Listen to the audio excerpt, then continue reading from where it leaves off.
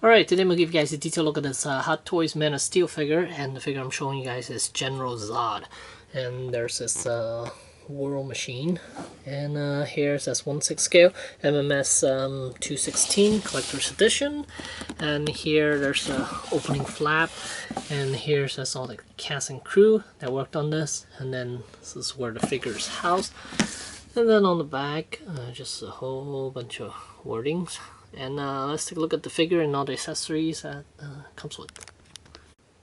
And here we have the figure outside the packaging and the accessories that it comes with. First we have his mask.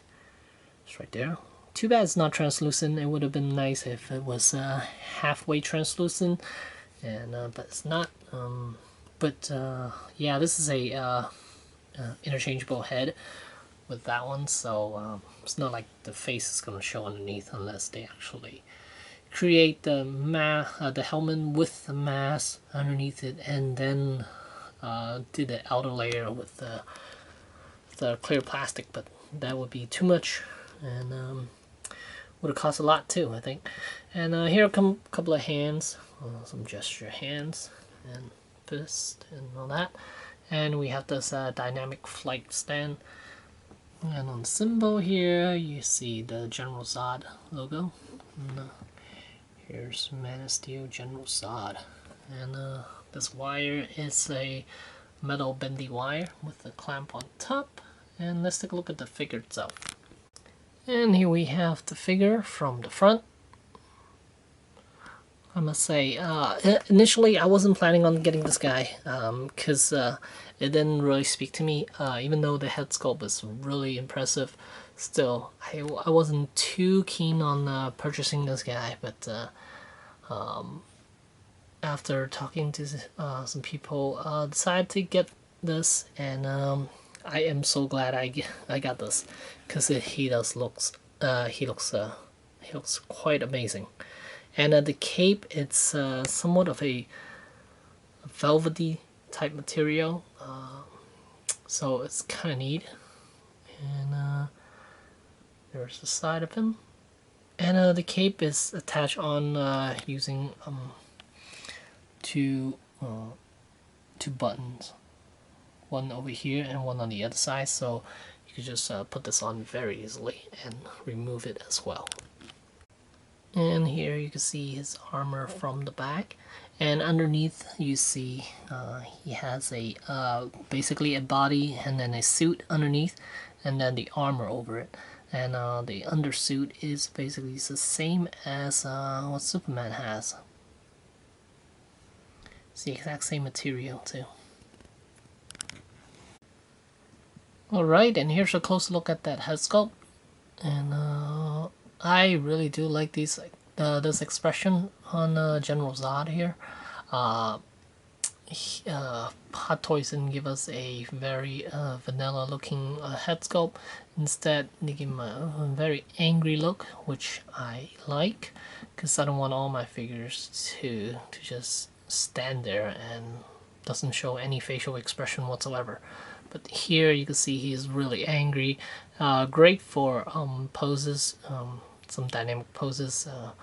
Speaking of dynamic poses, this guy will not, you will not be able to get a whole lot of dynamic poses out of him due to the fact that his armor, it's pretty tight fitting, and especially the legs here. I'll show you guys. These two pieces right here, from the crotch area, especially this little piece, is attached to the thigh armor.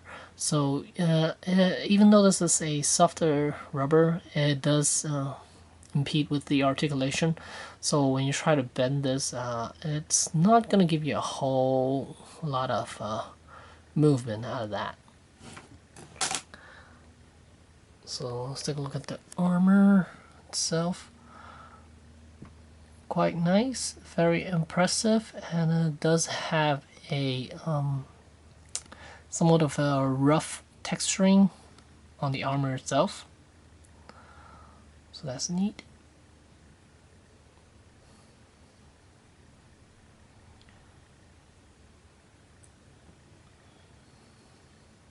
And the kneecap right here. There's a hinge down here, so it can move up and down a little bit. Same with the elbow and the leg here. This piece here will move up and down just to cover up some of this area if you decide to have him do a levitating pose.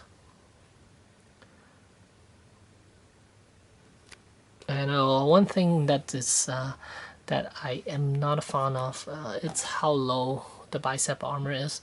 In the movie it's a little bit higher. I think it's all the way up to here or so, but now it's like it's sliding down quite a bit. And the shoulder pad here, well, each of the shoulder pad has a little hinge joint right there. So if you try to lift this up, see there's a hinge joint right there, which is kind of neat. And here's what General Zod looks like with the helmet on. It's definitely not as impressive as the head sculpt. The helmet, makes him look like more of an elephant than anything, because of the long. Well, no, actually, it makes me look more like a orangutan, because of the large nose. And the helmet is kind of neat too. It's got texturing and patterns all over it. Let's see if I get a closer look at it. There you go. They painted some silver bits all over it, just to highlight it even further. But yeah, best way to display this guy would be with the General Zod head sculpt. And this is how I'm gonna display my General Zod levitating off the ground with this dynamic base. And yeah, granted that the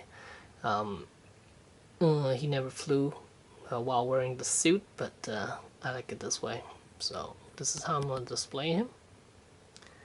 Very cool. Highly recommend this guy if you're a Man of Steel fan, because General Zod was only in one movie, so you're not gonna get another movie with this armor on or anything like that.